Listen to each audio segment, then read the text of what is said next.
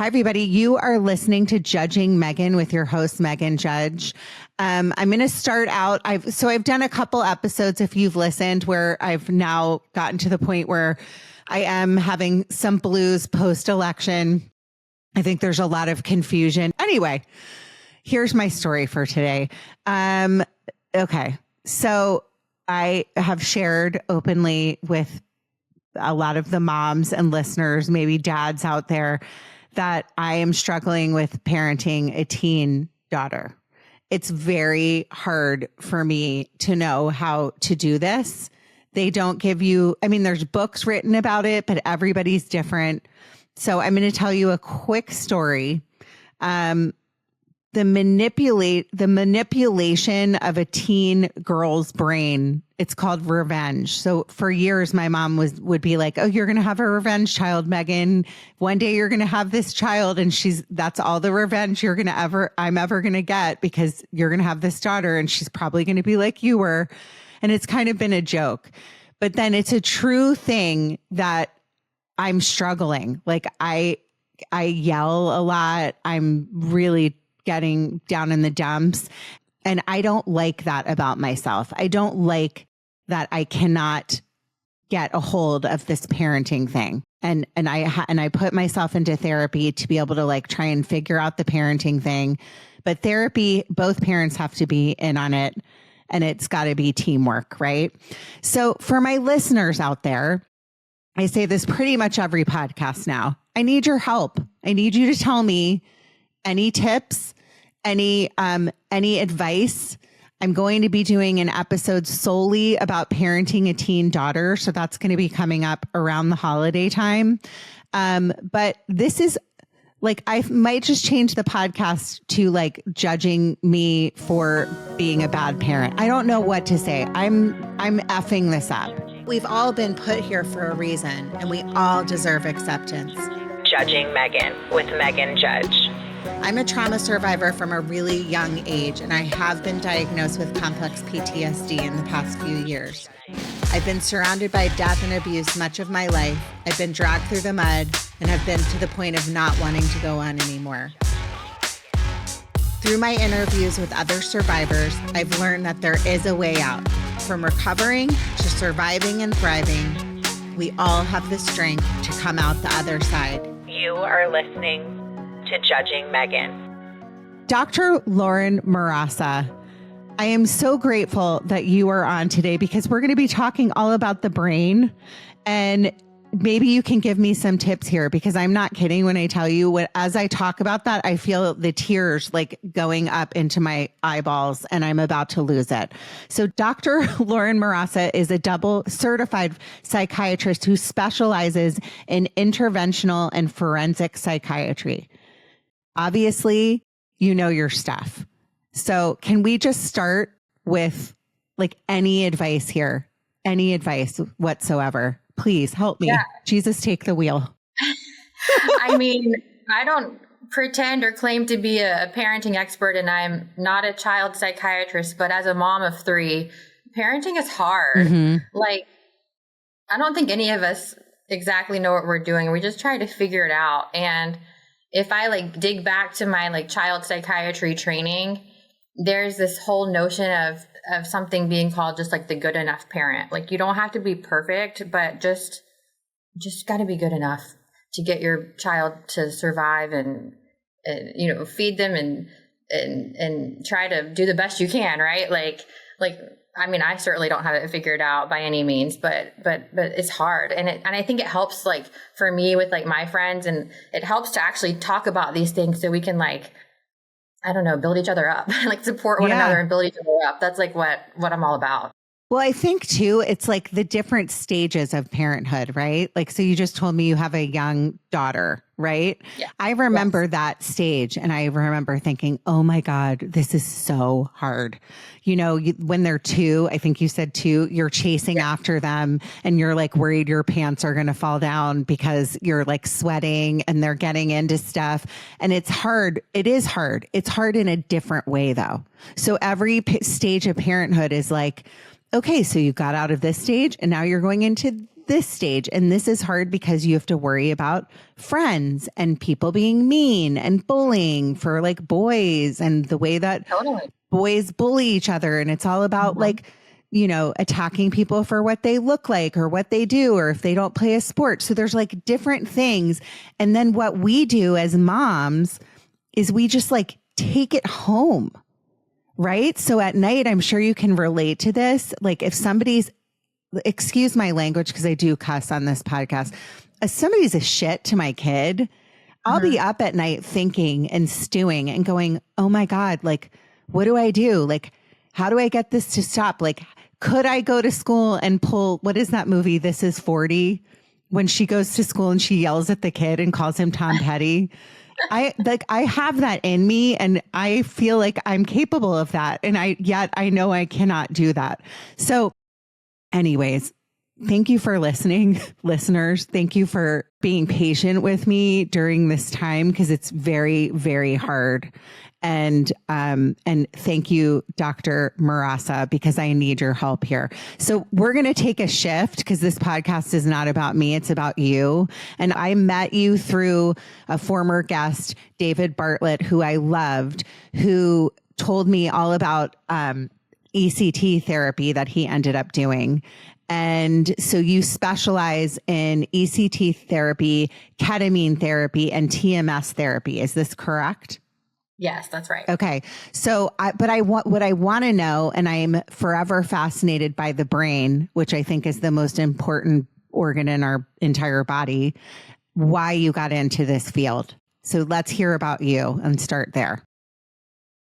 Yeah. Gosh, I feel like when I kind of think back into how I got into doing what I'm doing, I think from an early age, I was interested in medicine. I remember like in first grade, we had this like Invent America project that we had to like invent something. And I like, you know, which kid likes going to the doctor? Like I hated going to the doctor, but I thought, well, what could I do to make it more enjoyable? And so I invented, I remember this clear as day, the Tutti Frutti tongue depressor, which I would color on tongue depressors and put like vanilla flavoring. And I would just try to do anything as like a child, thinking I might go into medicine one day, to like make the doctor less scary. And like fast forward to today, which there's a lot of steps in between I'd love to talk about. But even now as a psychiatrist, my practice is like not your typical doctor's office. It's very kind of spa-like, we call it. We want people to want to come here and see us to help break that barrier of like getting mental health treatment. And so I can remember from like the age of 5 or 6 feeling like, what can I do to make going to the doctor less scary? And then fast forward to like high school, like you're talking about, the brain is so intriguing. I've also just been really fascinated by the brain, and in like a weird, morbid way, my high school biology teacher during prom week put a brain out on her desk in like formaldehyde in a jar. And in an attempt to kind of scare us was like, this is what will happen to you if you drink and drive on prom weekend. And it was like this kind of like scare tactic, but yet she had this brain on her desk, and I'm like, wait, let me go up and look at that. And I was so intrigued by just looking at the brain and studying the brain. And so, again, like kind of just really like enamored like by the brain, like I really want to do something with this. But somewhere along the way in high school, I also loved watching like the FBI files, and was really loved all those like true crime shows. And so for like a little bit, I kind of diverted my path and was like, I want to be an FBI agent. And so I started shadowing an FBI agent in high school, and then set out in college to become a forensic chemist. And so I wanted to be basically, can I interrupt? You're smart. I mean, let's be real. Like, to come up with that, did you patent that idea, by the way? Because it's kind of brilliant. No, you should have. I guess, maybe you can go backwards and do that, because it's pretty smart. I know, nobody stole my idea. No, everyone that's listening, do not steal the idea. It's hers, okay? But that's pretty brilliant that you thought about that at such a young age. Yeah. And also just the way that, like, just the way that your actual brain works, that the things that interested you are so, like, isn't it fascinating how we just come out that way and we just like, we know, like, this is interesting to me. And then to follow the FBI and kind of go into that field is fascinating as well. So I just had to say those couple things. Yeah. So proceed. Yeah. So my family's not in medicine or anything like that. Like before my parents weren't.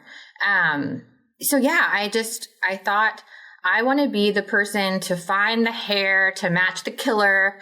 And that's like what I set out to do when I started college. And then after, working in a chemistry lab for hours on end, I'm like, oh my gosh, this is not like TV, right? Like, I don't want to work in a lab all day. And so then I was like, okay, well, again, I've always had this interest in medicine and specifically the brain. And my roommate, my best friend in college, happened to be like pre-med.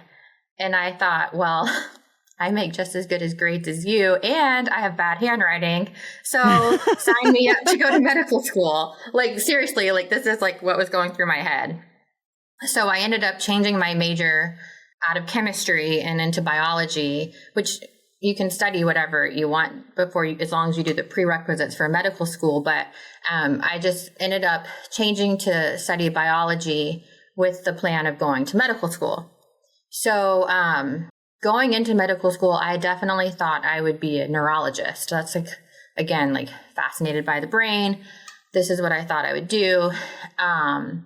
And then after the first year of medical school for me, I shadowed a neurologist. Mm-hmm. And quite frankly, for me, I just kind of felt like this isn't exactly what I wanted to do. For me, it just got kind of a little mundane. And that same summer, I ended up doing an internship at a burn unit in Bolivia. And it was through like a program at my medical school where we could go to Bolivia and help out in the burn unit there. And I minored in Spanish in college. So I thought, oh, South America, I'll just go and practice and brush up on my Spanish. Well, little did I know, in Bolivia, they did not speak Spanish. They spoke this indigenous language called Quechua, which was nothing like Spanish. Yeah. But what I did learn is that I loved operating. And so as a medical student in America, there's not much operating you really get to do. But in Bolivia, they were like allowing us to do a lot of the operations with the team. And I literally thought, well, if I love neuroscience and the brain, and I love operating, and I love surgery, then I should be a neurosurgeon. Like that, put two and two together. And that's what I set out to do. So going into second year of medical school at that point, I pretty much spent any time I could with the neurosurgeons in the medical school in the operating room. And at my medical school, there was no neurosurgery residency. The residents typically in training are the ones like doing a lot of the surgeries. Mm-hmm. But we didn't have neurosurgery residents. So it was just me as a student with the surgeons. And so again, like by default, I got to do a lot of operating that typically the residents are doing. So I remember like staying up in the middle of the night and touching the brain, like opening up someone's skull with the brain bleed and like putting my hand on like a pulsating brain for the first time. And I'm like, oh my gosh, this is amazing. And meanwhile, my face is like, I was just like, oh my gosh, it was just like the coolest thing ever. Yeah. And putting in like screws in people's, like their spine. And so I went home and I was so excited because I wanted to like call my parents, specifically my dad. And I was like, hey Dad, I know what I want to do with my life. And my dad's like, what? And I was like, I'm going to be a neurosurgeon. And he's like, what? Like, Lauren, like, what? Like I don't really see you doing that. It's a lot of hours and a hard lifestyle and this and that. And I was like, no, this is what I want to do. And my dad said, well, we talked more about other stuff, but he's like, well, I'll be proud of you no matter what you do. Mm-hmm. And my dad died suddenly after that, 3 days later, like just when I was a second year medical student. And so you were young. Yeah. Yeah. My dad was 54 and it was just totally sudden. And so I like kept that conversation with me like throughout until, currently, like it's just something that I like haunts think you. about. I'm sorry. I lost my dad young too at 13. Those kinds of things haunt you. Yeah. Yeah. Yeah. I mean, it definitely sticks with you, right? Like this is what I told my dad I was going to do. And so a lot of studying, for the rest of this medical school career, I matched into like my first choice of neurosurgery programs, which is what I told my dad I was going to do. Mm-hmm. At the same time, I also was talking about parenthood, looping this back in. I got married before medical school, so I was like, at that point, wanting to start a family.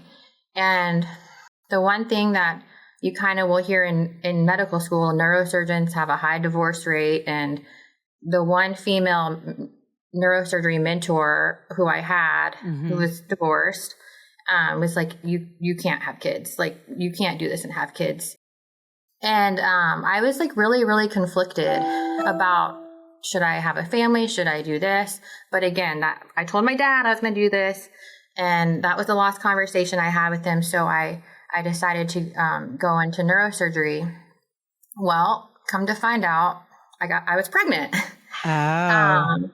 Okay. And I had my first son, who's 12 now, 4 days before I started my residency. So wait a second, go backwards. Yeah. You had your son 4 days before you started your residency in neurosurgery. Yes. I want to ask, I'm assuming the reason why the female neurosurgeon and everyone said there's a high divorce rate is because you're constantly working and on call. Yes. Okay. Yeah. And then did you 4 days later, after having you had a 4-day-old, start the process? Yes. Okay. I don't even know how one would do that. Okay. It was hell. I can't even imagine. Terrible. Okay. So when my son was like 10 days old, all the neurosurgery residents go to what's called like neurosurgery boot camp. So I had to go to Atlanta, and I was like, well, I guess I'm not going to fly with my 10-day-old. I guess I'll drive and go to this boot camp. And then I started my residency, which is 7 years in neurosurgery, with a 4-day-old. And again, it's such like a male dominated field. And it's just, no one ever asked me, like they knew I had a baby. I still looked pregnant. Like I was bleeding and everything else. Right. Like, like my son pretty much was like straight formula fed. And I mean, it's just like, because you couldn't like pump and do all the things. I couldn't even like stop to pee, right? Yeah. You're working like every other night, all, the work hours, whatever. They say you can only work 80 hours a week, but that's not really true. Yeah.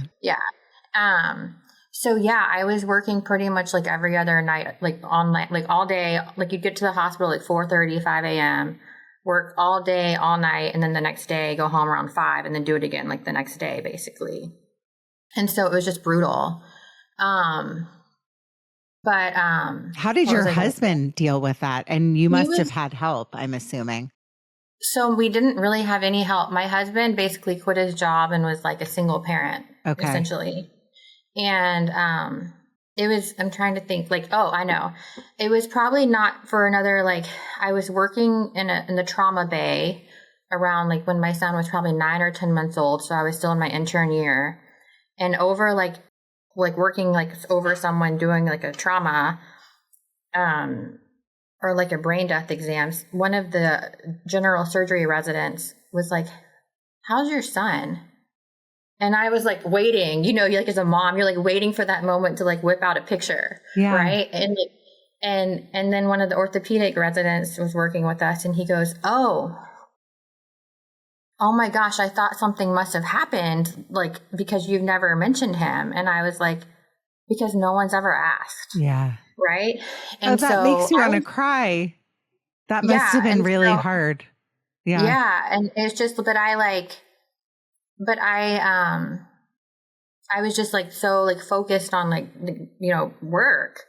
And I look back and even we were at a dinner one night with like my neurosurgery residents, and my son, who was like pretty, like maybe 2-3 months old at the time, he was crying, and I like gave him to my husband so we could like continue like our conversation at dinner.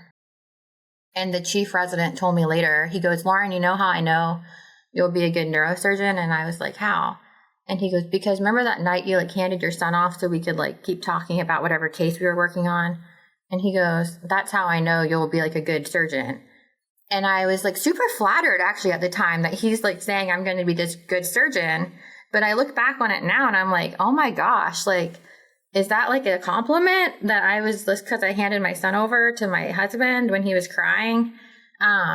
So anyways, like these kind of like moments and working like for like all these hours. Yeah.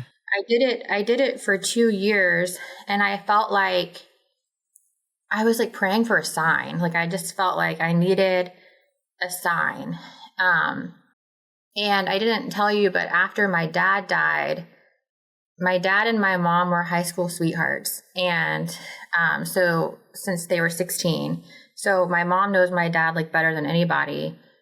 But when he died, we were going through his stuff, and he had like a daily calendar, and every day he wrote BTB on the calendar. And my mom was like, what is this? BTB, BTB, BTB. And I was like, oh, you don't know? Like Dad and I talked about this all the time.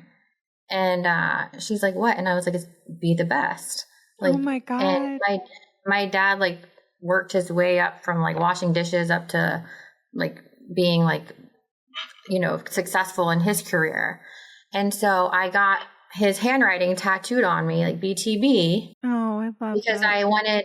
Because I wanted to see it every day again, like this neurosurgery conversation. I wanted to see it every day. I scrubbed in to like be the best neurosurgeon. Like that was my mindset. And so, 2 years later, I'm doing this neurosurgery thing with my son who doesn't even know who I am. Like I'm just like, I gotta like be the best, and like be the best me. And one of my friends was like, well, maybe your dad didn't mean be the best neurosurgeon. Maybe he meant like be the best you, like be the best mom and be the best wife and be the best version of you. And I was like, oh my gosh, like I never thought about it like that. I was just so focused on like this whole conversation. And like I said, I was like praying for these signs, and I can tell you various things happened, including being admitted to my own service as a neurosurgery patient during those 2 years, where like some spinal fluid got splashed in my eye, and I got what they thought was meningitis, and I had to have the spinal tap, and I mean, all the things, like things kept happening, and it's like, oh no, that wasn't a good enough sign. Like, it's like things kept happening, and like, I could go on and on about these stories that happened that probably should have been like the sign, and I just kept ignoring it. And the crazy thing is that I did medical school in South Carolina, and I did my residency in Kentucky. So I've moved states now had this baby, and I actually loved my psychiatry rotation in medical school. But again, I was so like hyper focused on doing neurosurgery. It was just like, that's what I was like, tunnel vision. But it was like towards the end of my second year, maybe the week before I started my third year of residency in neurosurgery, I found this business card face down on my kitchen floor in Kentucky. And it was face down, and I picked it up, and I'm like, what in the world? My son's like now 2, so he may have been like playing in like some old purses or something of mine. But I pick it up, and it's the neurosurgery resident that I worked with's card. And I loved her in my training. And I was just like, what in the world? Like, this is like my sign. Like, I don't know, like this is my sign, combined with the conversation of my friend saying maybe your dad meant like be the best you. And so so combine that with various other like conversations. I quit neurosurgery. I got really burnt out, and my husband was like, wait, what? Like, because you were in it. You were. So let me just say a couple things. Yeah. You made me, Yeah. you made me cry. What I love about your story is many times, many times, and you can tell me better than this because you're in this field. The human component of doctors is not like they're taught to be like, no, like shield all of this noise out, right? You can't be human. There's a movie called I think it's called The Doctor or Doctors.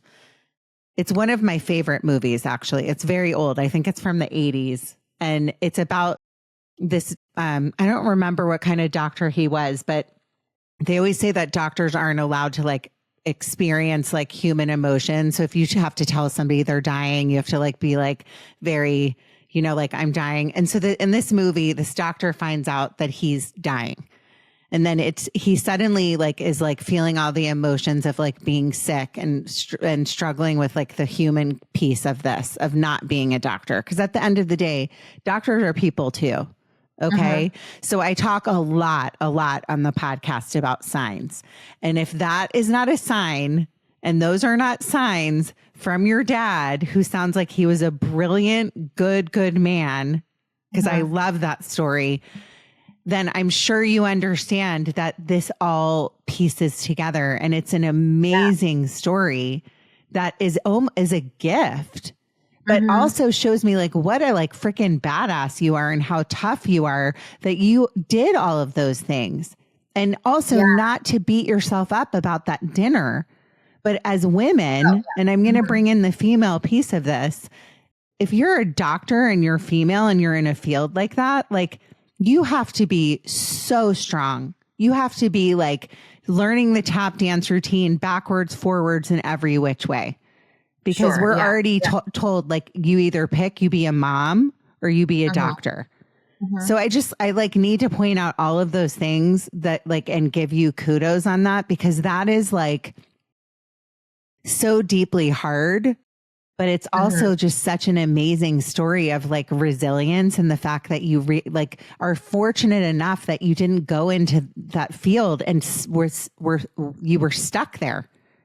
You know, it's a gift. I think it's hard. Yeah, exactly. Like as hard as the residency was. Yeah.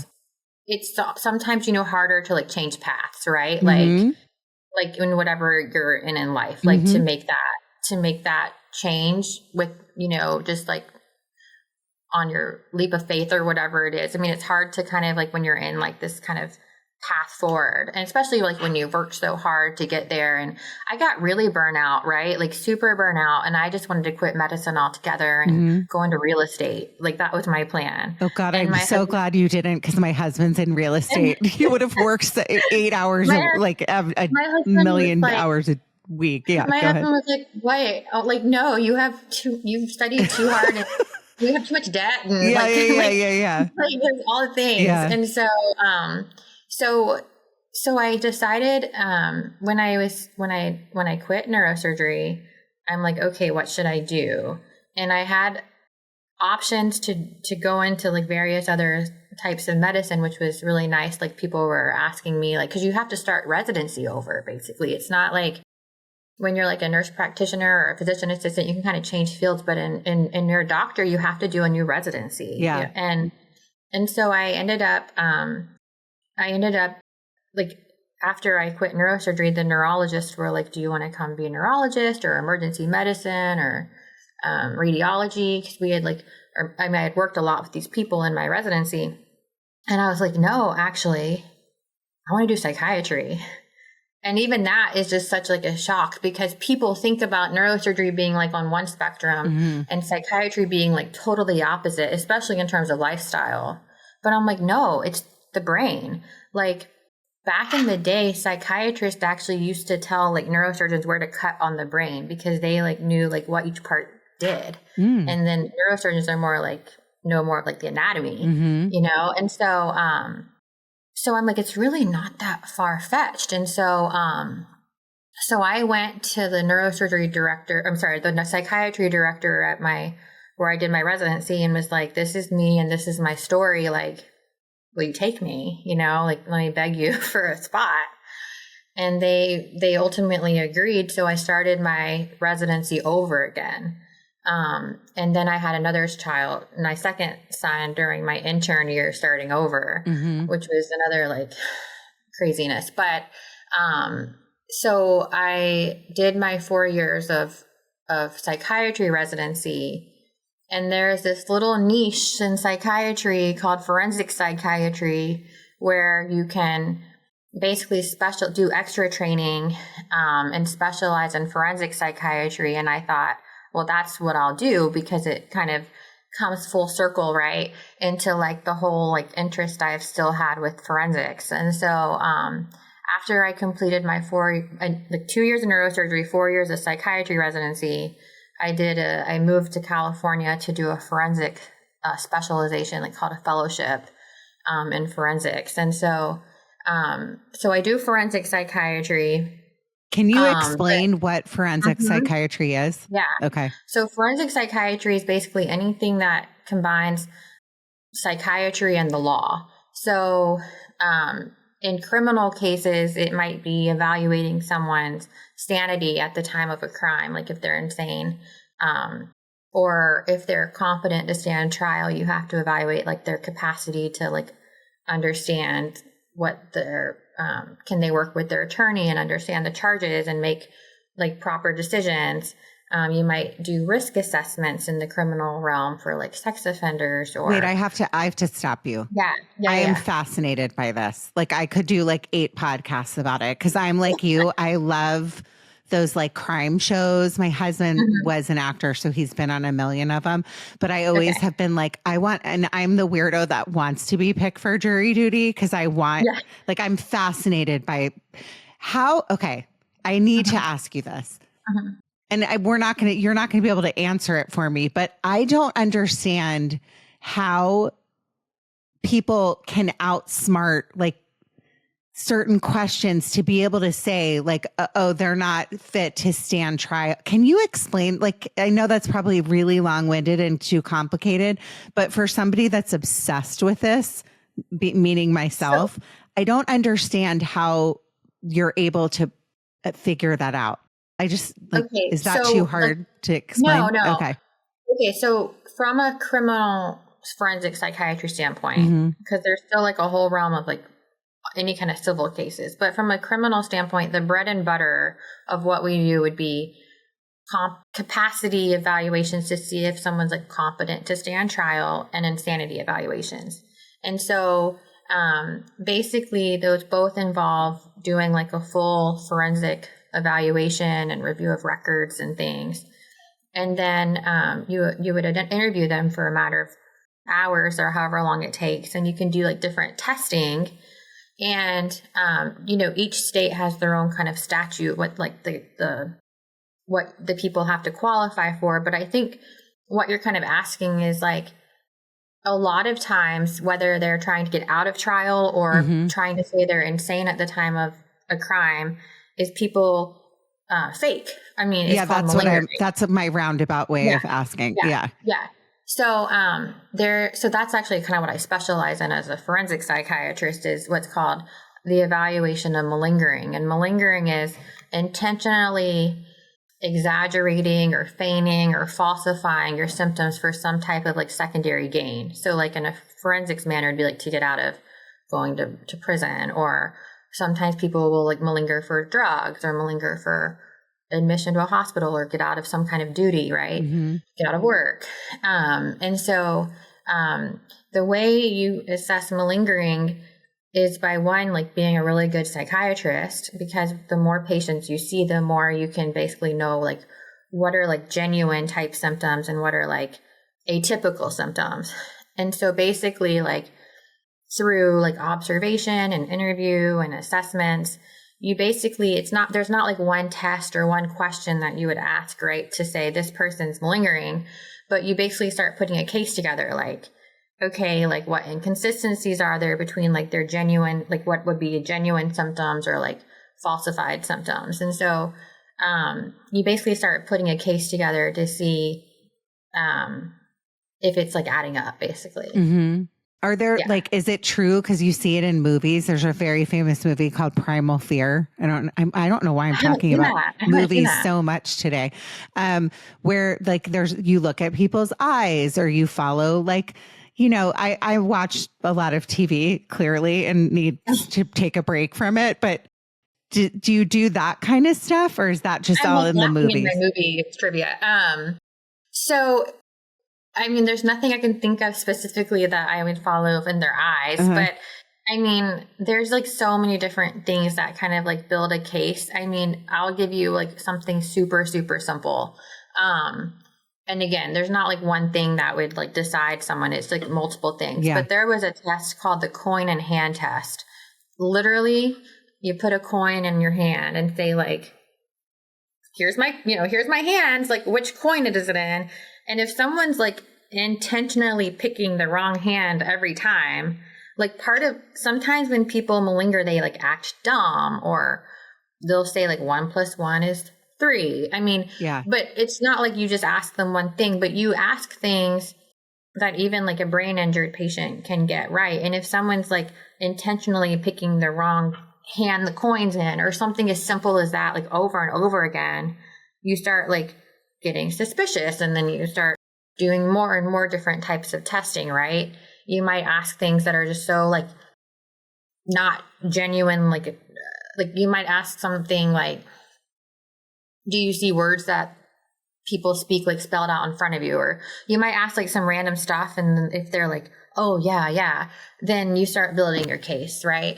Like, and so it's like very, very like, I'll get very detailed into like, if someone's saying they're hearing voices or something, like very detailed into like what ear and what they sound like. So that way, you know, like if they're lying. Like I'm just trying to think of, there's so many famous cases like Harvey Weinstein, like, you know, people that are like faking that they're sick to get out of like their horrific behavior. And I just find it, I mean, that is so fascinating that you do that. So, okay. So now we're going to pivot, because I do love that I think all of the things that you do together make you obviously a very good doctor. I think that the fact that you started in one field and you understand that field enough to have done 2 years of a residency and then switched into psychiatry makes you a better doctor. That's my opinion. I agree. Like, I'm not a neurosurgeon, and I don't have any type of like certification for doing 2 years of residency, but I did a whole lot of hours in studying the brain. And I do think with what I do now combines forensics, and I do like brain stimulation now. That's my like clinical area focus is interventional psychiatry, which again, kind of brings the whole thing full circle, because I love how the brain works and I love brain stimulation. And I tell people this all the time, that the treatments I do, whether it's ECT or TMS, like they're just as like dramatic and life-changing and usually quick, just as surgery. I mean, without surgery though, without having to like cut into someone's head, right? Like these treatments can be just miraculous. Okay. So let's now break down. So I'm going to say we in the United States, or all over the globe, especially specifically in our country, I'll use our country right now, have a mental health epidemic of like suicide rates are at the highest they've ever been. There's lots of reasons behind this. COVID, whatever you think, whatever you like, but there's also, I think like it could be, and you're the doctor, but like food, like there's all kinds of reasons why people are struggling mentally. iPhones, all that stuff. Okay. So we're at like a crisis point in our country. There's it's astronomically expensive to get help, to get mental health care, which is my passion. And I will like die trying to like change that. Whatever I need to do, I'll do. But what I want you to explain is, so like people get to a certain point and maybe they're on medication and nothing is helping and they're so deeply depressed. And this obviously costs a lot of money to do these procedures. But I would love for you to break down each one. So TMS, ECT, and ketamine therapy. So say you're somebody like me, and I'll just use myself as an example. I've been struggling with depression my entire life. Okay. I lost my dad, my sister, my best friend. Much of it is due to like environmental depression. Right. Mm-hmm. And then I was diagnosed with complex PTSD, and there's still people that don't believe that that's a real thing. It's you know this, I'm saying for my listeners, it's a form of PTSD stemming from my childhood and witnessing my sister die in front of me. So all of that kind of stuff has brought me to a point in my adulthood where I pretty much had like a breakdown and had to be put on medication and was suicidal in the year 2020 because I had a horrible friend breakup and it was just awful. And like it all came to a boiling point. For me, I still struggle with depression. I'm very open about it, but I'm somebody that like I'm lucky because I can be put on medication or I can deal with it through therapy. But there's many people out there that cannot and have tried everything. So then I'm assuming they come to you. And David Bartlett, if you want to go backwards and listen to an episode, is very upfront about his struggles. And he tried everything to get better. And this was his last stop. So that's what I want to say to my listeners. It's kind of what you do is a last stop. Am I wrong? Correct me on anything I said. No, you're not wrong at all. But I just want people to know it doesn't have to be a last stop. Okay. Right? So you're exactly right. Like, first of all, suicide remains one of the leading causes of death. And the last stat that I read was like a suicide every 11 seconds. Mm-hmm. So, or 11, it's just like you think about like how many suicides that is just in our conversation time. But you're exactly right. So traditionally we think of medications and therapy, right, as the treatment plan for someone with depression. But specifically for depression, specific major depressive disorder, a third of patients are probably going to not respond to medications. So they're considered what's called treatment resistant. And so 1/3 of patients typically are labeled treatment resistant, and that there's no standard like definition of what treatment resistant means. But in my field, we typically think of treatment resistant depression as generally someone who's tried and failed 2 or more antidepressant medications taken for a sufficient amount of time. So usually that's like 6 to 8 weeks it takes to try a medication to see if it works, or an antidepressant medication. So again, there's no way of knowing who is going to be like treatment resistant without just like trial and error. It's a little bit of a guessing game. But we do know there's a big study called the STAR-D trial. And basically with each medication trial, there's a less and less likely chance that a medication is going to get someone in remission. Mm-hmm. So by the time someone's tried 4 or 5 medications, there's probably a less than 10% chance that that's going to be like the one gets you in remission. And of course, then side effects and things start mounting, and you start combining and adding and increasing and dosage. And so for these people that they've tried and waited, you know, the medications haven't worked, they often come to me feeling like this is their last resort, and they feel hopeless. Mm-hmm. But I can tell you, like, with what we do now in this field of interventional psychiatry and neuromodulation with TMS and ECT and ketamine, patients should feel hopeful. There's so many amazing treatments out there, even if medications haven't worked. And so when I think about someone specifically with depression, okay, if someone's tried and failed usually 2 medications, I would think about TMS treatment next. So TMS is Transcranial Magnetic Stimulation. And basically it's an outpatient treatment where patients can drive themselves to and from the clinic. And we use a magnetic coil and we place it on the patient's head. And we figure out where to put the treatment coil, like on what part of the brain. Mm-hmm. But for depression, we treat it's called the dorsolateral prefrontal cortex. So we're treating this part of your prefrontal cortex. And basically this coil, it starts tapping on your head and it generates an electromagnetic field, which basically depolarizes your neurons, causing them to fire. So it's a very targeted approach where we can basically turn on or activate or inhibit certain circuits of the brain. And so it's very safe. There's a very, very rare chance of having a seizure during the treatment. That's not the goal. It's not the intent of the treatment. There's like 1 in 10,000 chance of that happening. But basically through this magnetic coil, we can target the circuit we want to either activate or inhibit. And basically we have this saying in interventional psychiatry that neurons that start firing together wire together. And so basically you're trying to get the circuit turned back on. And this is all based on what's called like neuroplasticity, which is like how we're getting our brain to like mold and change.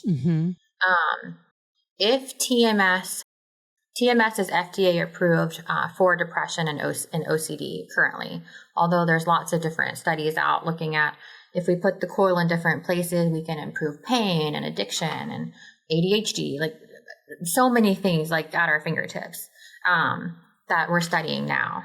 But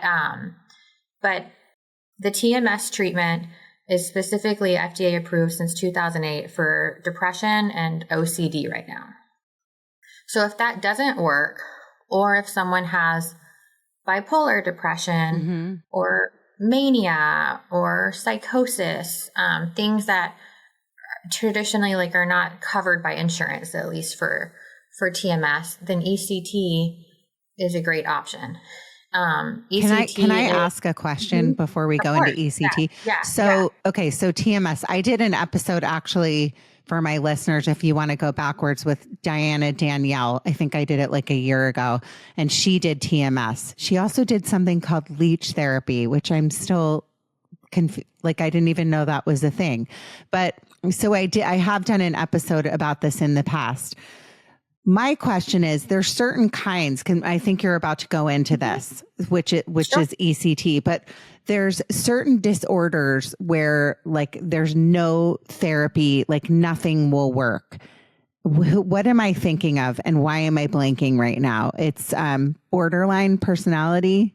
Oh, borderline personality. Okay. So borderline personality, the treatment of choice for that is called DBT therapy. Okay. And what is that? So that's separate from these. Somebody just told me there's no, I'm sure I've done episodes on like manic. I'm trying to do episodes on every different kind. So people that maybe are diagnosed with that or have a friend or a relative understand where they can go with that. Can you explain like why they can't do it with TMS or ECT? So there's obviously various different psychiatric disorders, right? And we use a textbook called the DSM. Currently it's the 5th edition. And it kind of goes through the definition of each disorder and like the criteria. But I can tell you in reality, most people don't fit in just one textbook paragraph of a book, right? Like the reality is it's very like insomnia, like that could be from bipolar or depression or PTSD or anxiety, like, like pain, like you name it. And so most people don't fit in this little textbook that we're trying to define the disorders in. Okay. Yeah. But you have mood disorders like depression and bipolar. You have anxiety disorders, OCD, PTSD. You have psychotic disorders like schizophrenia, schizoaffective disorder. And then you have like personality disorders. And personality disorders, it would be like where borderline personality disorder falls under. And so borderline personality disorders and the personality type disorders typically respond better to therapy. So therapy and like medication, I would assume. You can use medication to treat some of the symptoms you're trying to target. Okay. But the gold standard for most personality disorders, including borderline personality disorder, is therapy, specifically DBT therapy. And so I am a psychiatrist, but I don't specialize in like DBT therapy. I think the majority, there are probably some psychiatrists that do specialize in that, but I would typically recommend someone go to an actual psychotherapist, like someone who's like maybe a psychologist or I just find it fascinating that you say that, also that you address that like you could have, like I've had a guest on whose brother had borderline personality disorder and, you know, was living on the streets. Finally, he's on medication and doing great. But like just that no brain can fall under one thing. Right. Yeah. And the other thing is that just because someone has borderline personality disorder does not mean they don't have comorbid major depressive disorder. Yeah. Wouldn't you think of, and I'm asking this because I do have a friend that's kind of like struggling. So I'm asking for a friend with a relative that has major depressive disorder and some other stuff, borderline, all these kinds of things. And they're trying to figure out how to treat this person. So, okay. So just like with anything else, like you might have to hit it from different angles, right? Like it's multifactorial. So we need to treat it with maybe medication, maybe neuromodulation and therapy, because we're trying to target different things. Okay. And I think that, the way I think about just like in the grand scheme of things, that I think like when I talk to my patients, we used to, there's a lot of different reasons why someone might develop these symptoms, whether it's like genetic or nurture, right? Like, but we used to always, like, medications specifically target like neurotransmitter imbalances. And don't get me wrong, like when I tell you about the stats with medications, there's certainly a time and place for medications. It's just, again, not one size fits all, right? And it doesn't work for everybody.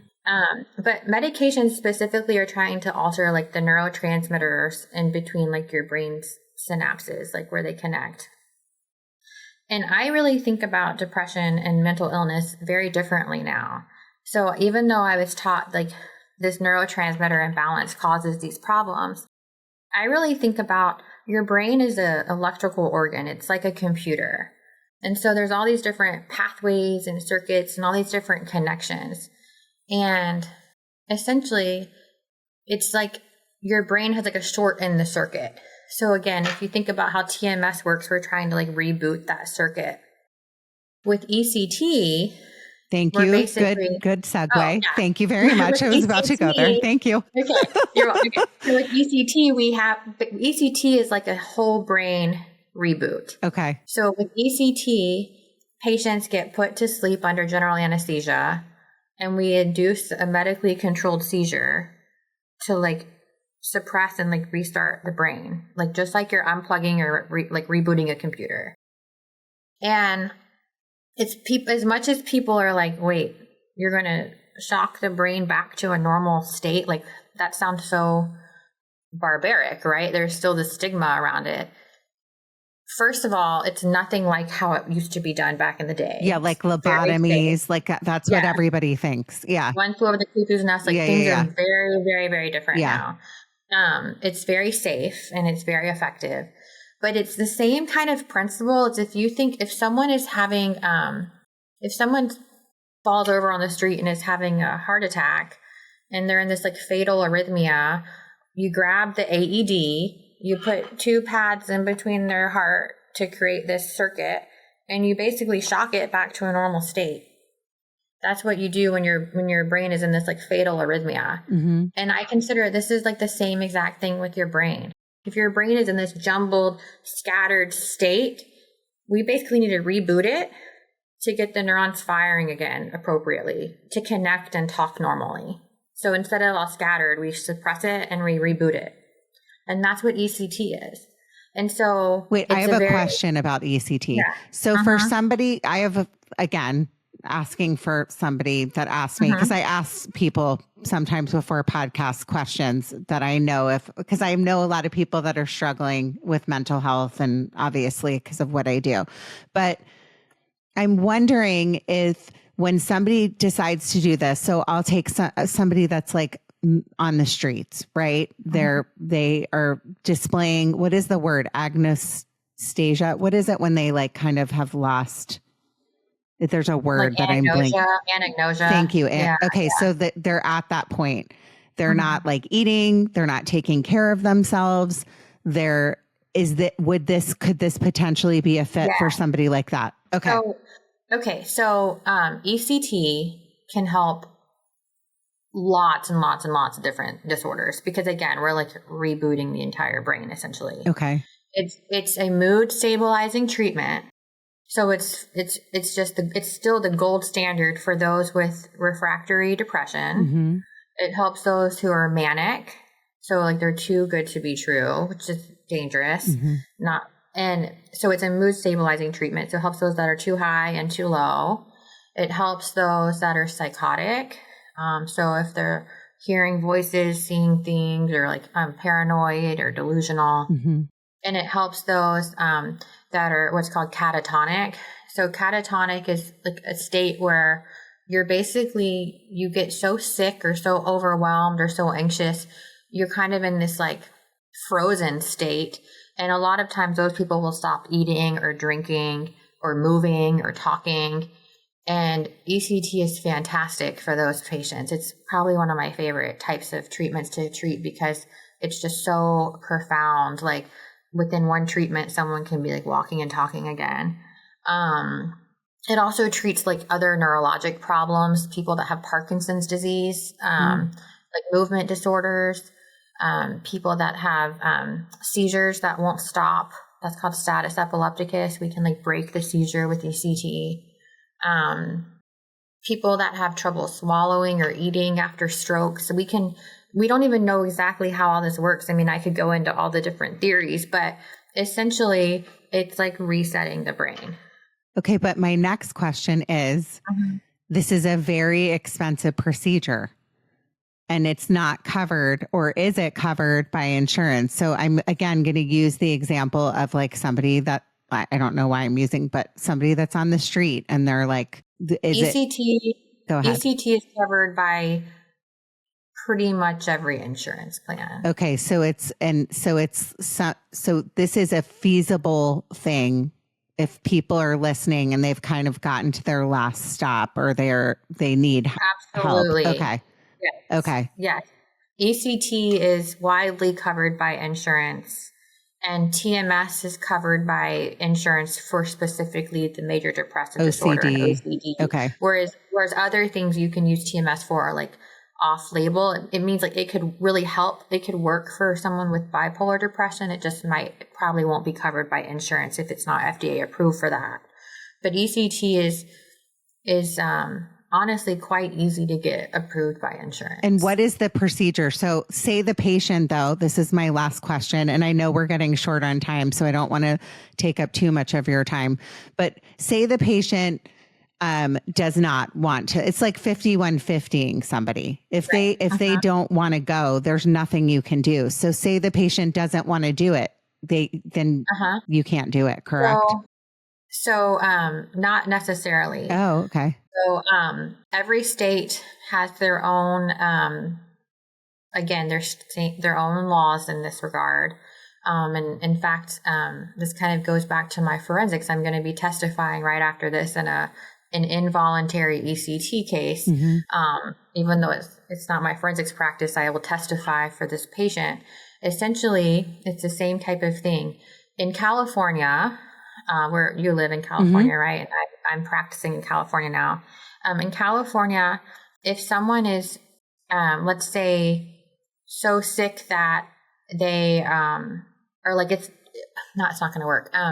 But someone may be so psychotic or so depressed that they're not eating, or so suicidal that they're not in their right state of mind. If someone does not have the capacity to consent for treatment, so it's kind of like when I evaluate someone in forensics for the capacity to go to trial, we're looking at different things, different kind of standards. But if someone doesn't have the capacity to consent to treatment or refuse treatment, we can go to the court and basically say this person doesn't have capacity to consent or refuse. And so the court can designate someone else to basically make that decision for them. And so unlike, so if someone's 5150'd and this can save their life and they just are not willing because they can't make that appropriate assessment for themselves, or not thinking, rationally, then we can pursue an involuntary court order for ECT. And we do that. We do that. So it sounds to me like this could work wonders with our epidemic that we have in the world. I've had patients literally describe it as a resurrection. Yeah. I mean, and it's why I do what I do, because some of my friends and my family, they still don't really understand what I do. And they're like, well, how can you do this kind of like all day, every day? And I'm just like, it's not like that. It is so rewarding because the patients make a complete 180, like 90% of the time. Like, where else can you see that in medicine, and quickly? So with ECT specifically, I may have failed to mention, but it's a great option for those who are suicidal because it works fast. It can really, really help suicidal thoughts. Okay. This is like the best news ever. So thank you. Before we close, can you touch on ketamine therapy? Because I really want to talk about that because we brought that up. Yeah. So this psychedelic type treatments are this kind of new and emerging field. Specifically, ketamine alone has been around for decades and has been used as an anesthetic agent. People can do IV ketamine treatments or oral ketamine treatments or like injections of ketamine for various disorders. But those are not FDA approved. So they're considered off label, which means insurance won't cover that right at this point in time. But there is a type of ketamine called Spravato. It's the brand name Spravato. It's a type of ketamine. It's called esketamine, and it's a nasal spray. And the nasal spray is FDA approved since 2019 for severe refractory depression or those with suicidal thoughts. And so there's no like head-to-head studies looking at the different types of ketamine comparably to one another. But if we're looking at what insurance will cover, the nasal spray is called Spravato. It's a medication that in ketamine in general is a medication as opposed to these other treatments that are non-medications.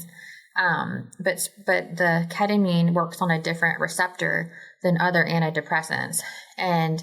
And basically the way it works, again, it works very differently, but I kind of think about it, if you put like a watercolor paint down on a paper and it kind of like spreads, that's kind of how ketamine works in your brain. It kind of like opens up these new pathways. And so we consider that this kind of neuromodulation because it does work so differently than other medications to kind of, again, neuroplasticity, like create and mold and meld these new pathways of your brain. Okay. So, and also not to be confused with like what happened to Matthew Perry, which was horrific. No. I just wanted to say that because I know people know about it because of that. Yes. And ketamine, I mean, that's just a really sad story with the version and things of the drug use. The ketamine should always be done under the supervision of a medical practitioner, not buying on the streets or getting it mailed to you or, or combining it with different things. Like there's very like specific medical criteria and vital signs and things that we monitor and observe before and after like any of these types of treatments. Okay. So I could talk to you all day. I now have your information, so watch out because you're going to be like, why did I give this lady my information? But I'm so grateful. And I also find your backstory so touching and so needed, because I think a lot of times people think psychiatrists or therapists, like they are just going to sit there with a pad of paper and write notes and give me drugs. That's not true, actually. And I think the more that people feel the connection between, I mean, I started this podcast with my own therapist. She was my first guest, because I want people to understand that therapists are and psychiatrists are people too. And they have their own backstory. So we all understand the human, the way that we all struggle being human beings. And it's okay if you're struggling, listeners, with your mental health. I'm very upfront, and I tell you every week I am. And I ugly cry almost every episode, and you still come back and listen, which is shocking to me. And you watch me on YouTube with no makeup on. Well, I have a skosh. Anyways, I really, truly, I can't tell you how much I love this episode, and I loved meeting you. Where can my listeners find you? So, I just started an Instagram page. Oh, hello.